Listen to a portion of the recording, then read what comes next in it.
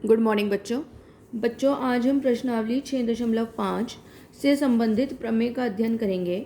इन प्रमेय का अध्ययन करने के बाद आप इस प्रश्नावली से संबंधित प्रश्नों को आसानी से हल कर सकते हैं।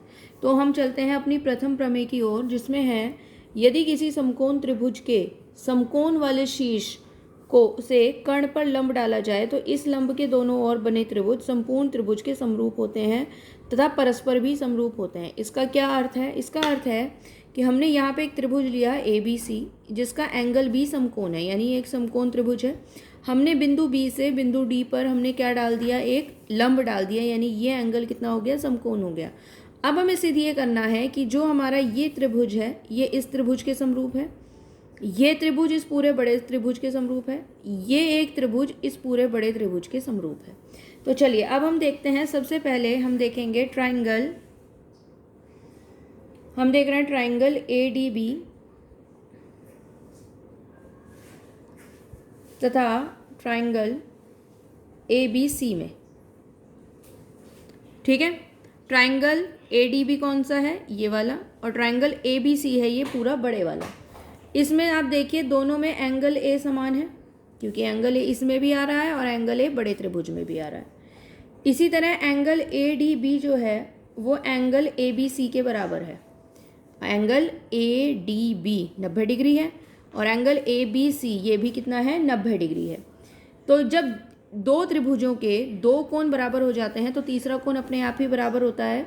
तो इसलिए त्रिभुज ADB समरूप है त्रिभुज ABC के।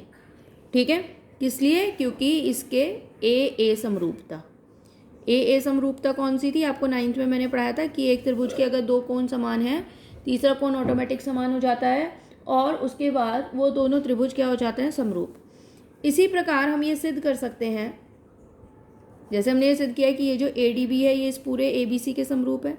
इसी तरह हम ये सिद्ध कर सकते हैं कि त्रिभुज BDC, यानी ये वाला जो छोटा त्रिभुज है, त्रिभुज BDC भी समरूप है त्रिभुज ABC के। ये भी कौन सी समरूपता होगी? AA समरूपता। ठीक है, अब अगर हम देखें तो ADB ABC के समरूप है, BDC भी ABC के समरूप है। ये हमारे पास ये था कि जो त्रिभुज हैं, जो ये त्रिभुज बनेगा, ये त्रिभुज 1, ये त्रिभुज 2 और ये बड़ा त्रिभुज है। तो त्रिभुज 1 बड़े त्रिभुज के समरूप है, त्रिभुज 2 बड़े त्रिभुज के समरूप है, और क्योंकि ये दोनों बड़े त्रिभुज के समरूप हैं इसलिए त्रिभुज ADB समरूप हो जाएगा त्रिभुज BDC के। तो क्योंकि ये त्रिभुज बड़े के समरूप है, ये त्रिभुज इस बड़े के समरूप है, तो ये दोनों त्रिभुज आपस में भी क्या होंगे? समरूप होंगे।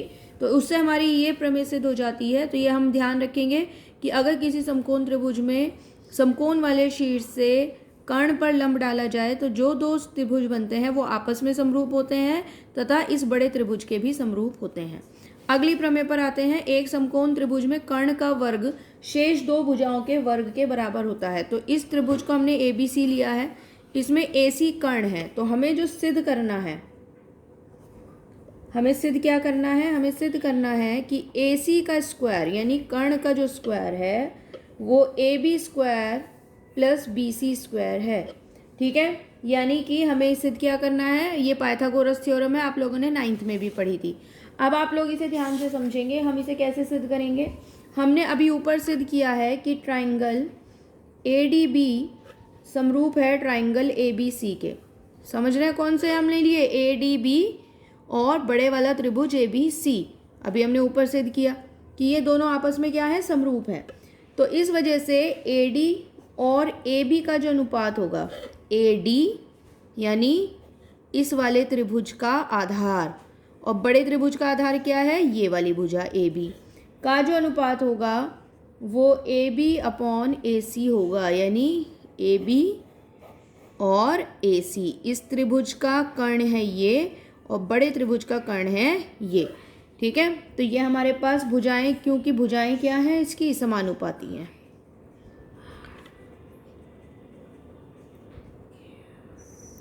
आ गई बात समझ में आप लोगों को? अब आप इसमें क्रॉस मल्टीप्लाई कर दीजिए। क्रॉस मल्टीप्लाई करने से आएगा आपका AD मल्टीप्लाई AC बराबर AB स्क्वायर। ठीक है, इसी प्रकार हमें ये पता है कि त्रिभुज BDC जो है वो समरूप है त्रिभुज ABC के। BDC कौन सा है? ये वाला त्रिभुज। ये भी समरूप है बड़े वाले त्रिभुज के, हमने ऊपर सिद्ध किया है। तो इसलिए इनकी भुजाएं भी समानुपाती होंगी। तो CD और BC का जो अनुपात होगा वही BC और AC का होगा।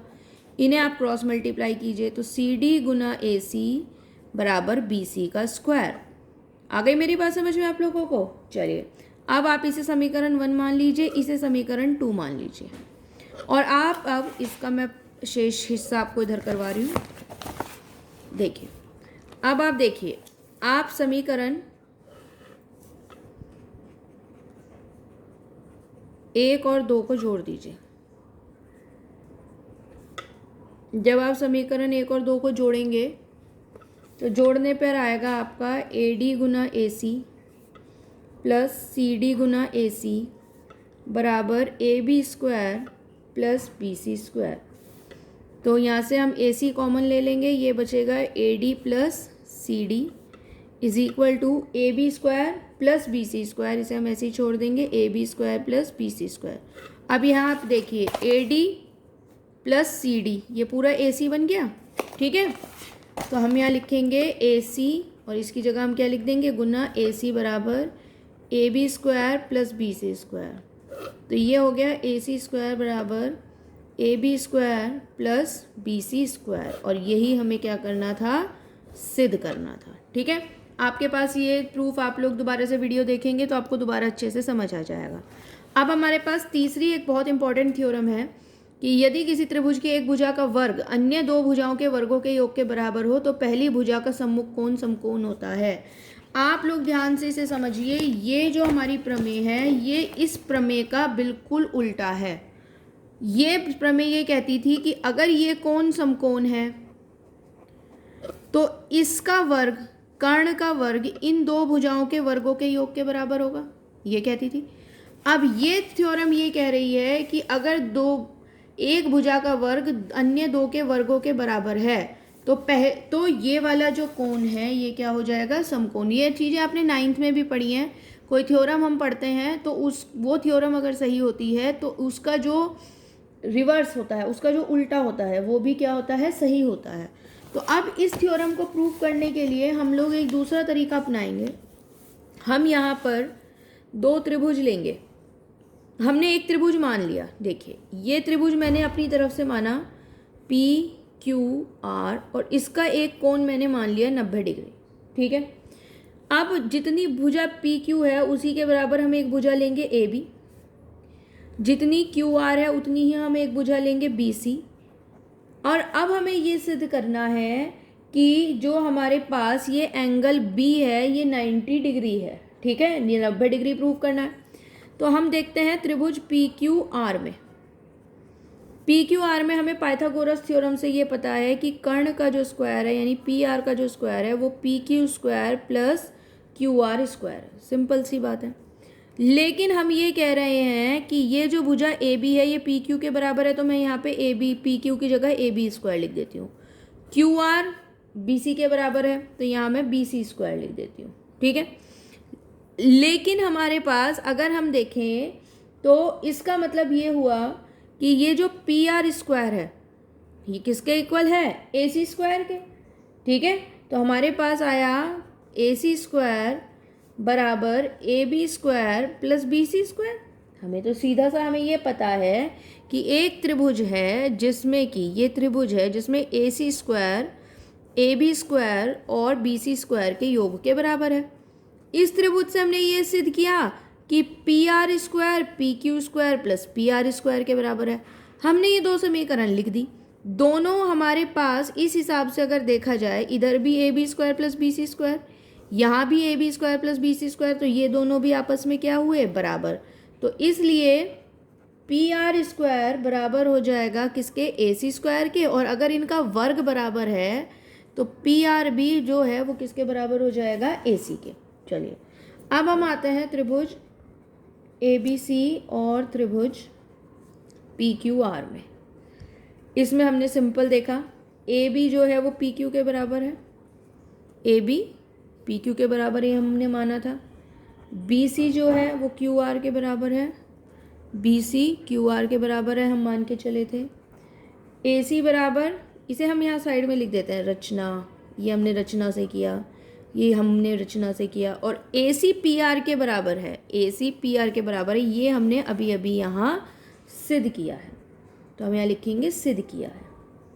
जब तीनों भुजाएं बराबर हो गई तो इसका मतलब ट्राइंगल ए बी सी सर्वांग सम हो गया ट्राइंगल पी क्यू आर के। किससे? एस एस एस से, साइड साइड साइड, तीनों भुजाएं क्या हो गई इसकी? बराबर। तो इसलिए एंगल बी बराबर किसके हो जाएगा? Angle Q.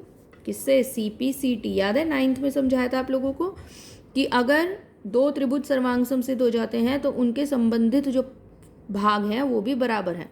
तो अगर ये दोनों त्रिभुज सर्वांग सम सिद्ध हो गए हैं, ये दोनों त्रिभुज सर्वांग सम सिद्ध हो गए हैं, तो इनके बाकी हिस्से भी बराबर होंगे। ठीक है, तो क्योंकि एंगल क्यू बराबर 90 डिग्री है तो इसलिए एंगल बी भी कितना होगा? 90 डिग्री। और यही हमें क्या करना था? सिद्ध करना था। तो अब आप लोग इन थ्योरम को, तीनों को, वीडियो को भी दोबारा देखेंगे, आप अपनी बुक से भी समझ सकते हैं। और उसके बाद जो मैं आप लोगों को प्रश्नावली हल करना बताऊंगी वो आप ध्यान से करेंगे और प्रश्नावली को हल करेंगे।